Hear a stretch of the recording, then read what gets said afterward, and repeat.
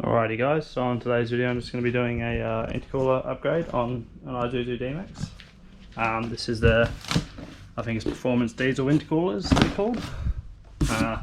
Basically it's that sexy beast right there.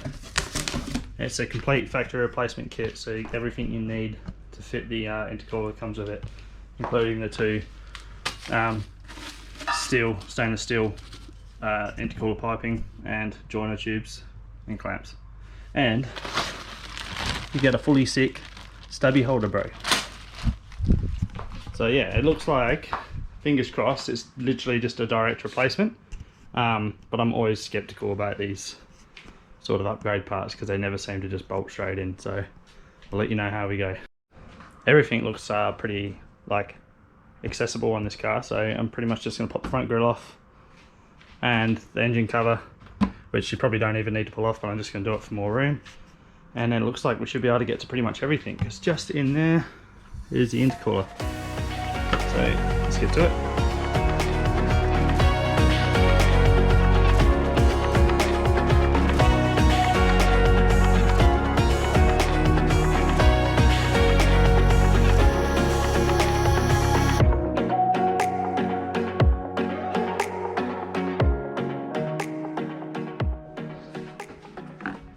Alright, so to get this bit off, you'll see me messing around a little bit. He's got these, just a couple of little push tabs just here. There's 3 of them in total. And then you've got 4 plastic locking clips, which you just pop out with a screwdriver. And then 1, 2, 3, 5 screws, just to get this bit out. And then yeah, you've got to get down the bottom now, and I'm just going to be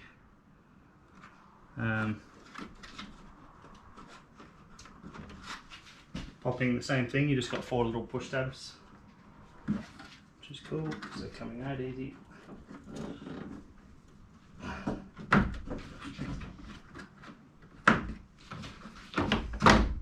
So same thing on that. You got these 4 tabs here, or 5 tabs. 1, 2, 3, 4, 5, 6 tabs. Sorry. 3 on each side to pop the front grille off, and then you have actually a lot of room to get into that intercooler. Alright, so what I'm going to do to start off with, I'm just going to get all the intercooler piping out of the way. Those alloy or stainless steel pipes are for these 2 tubes here. And then we've got all new joiner hoses for everything else. So from the looks, you've got a mounting bolt in your intercooler there from the side. You can just see it in there. Same on the other side.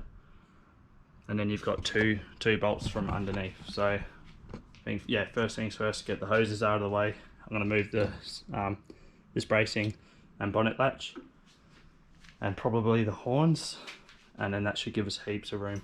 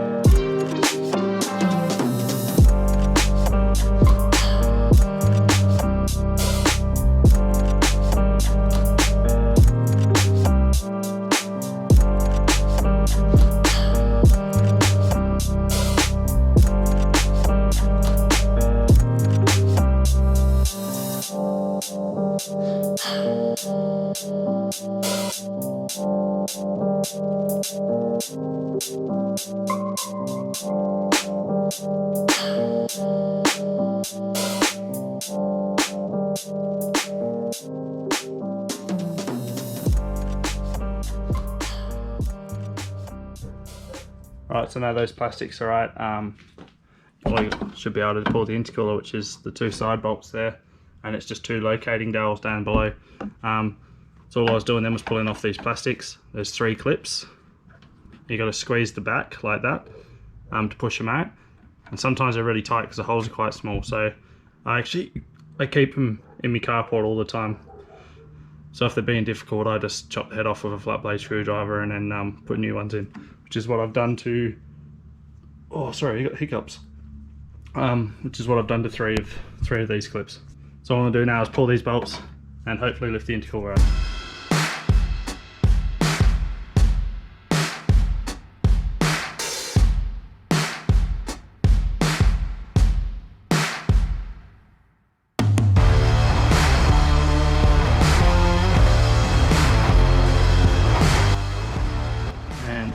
That's the difference between the two, quite substantial. And the PDI ones are, they're about the same thickness actually, but yeah, that's a pretty beefy looking intercooler compared to this. It's gonna look sexy. Alright, so the important part with this intercooler in the instructions is to slide the intercooler into past the lower rubber mats first into the gap in the cross member, get it up underneath the top chassis and then lower it in. So you got to like drop it in to its last point, get the top in, lift it back up and then put it into the lower mats. So hopefully it'll make it look easy, probably won't, see what happens.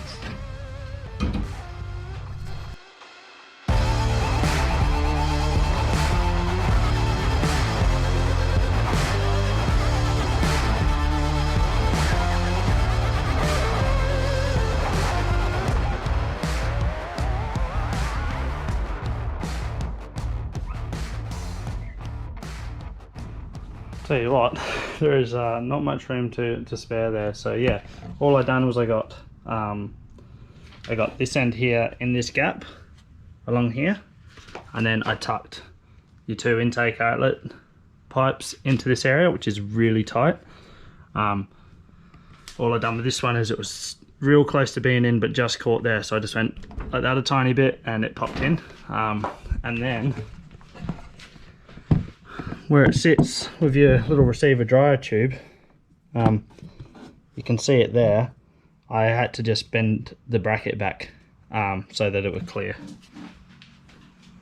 And then yeah, once you get that clear, you just pull your horn harness out, because that being in behind the intercooler literally stops it from being able to be located.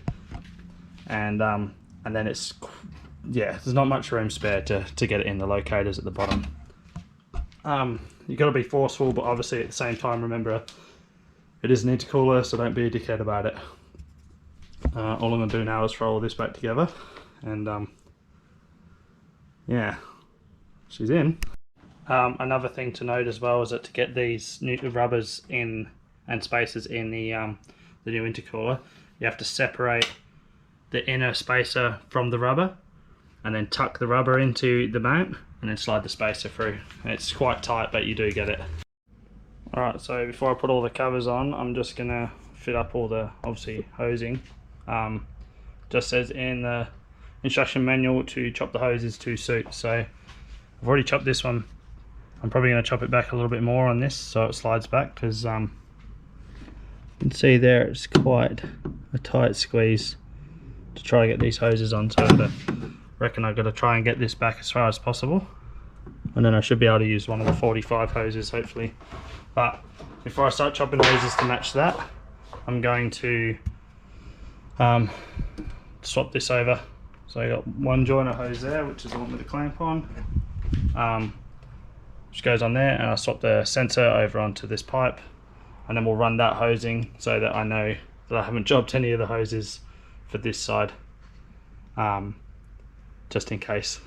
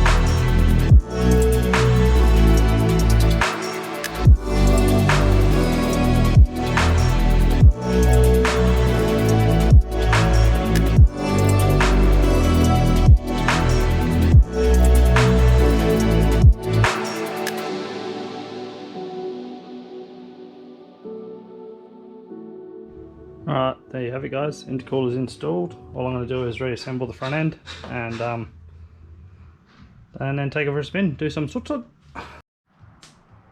And that's the end result. I did have to modify the cover just to clear the pipe, so I just had to trim it a bit shorter on this side.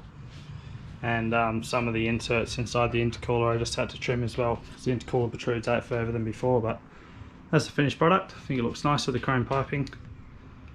And yeah, thanks for watching boys and girls, even though there's only 1% of my viewers female, but to that 1%, keep it up.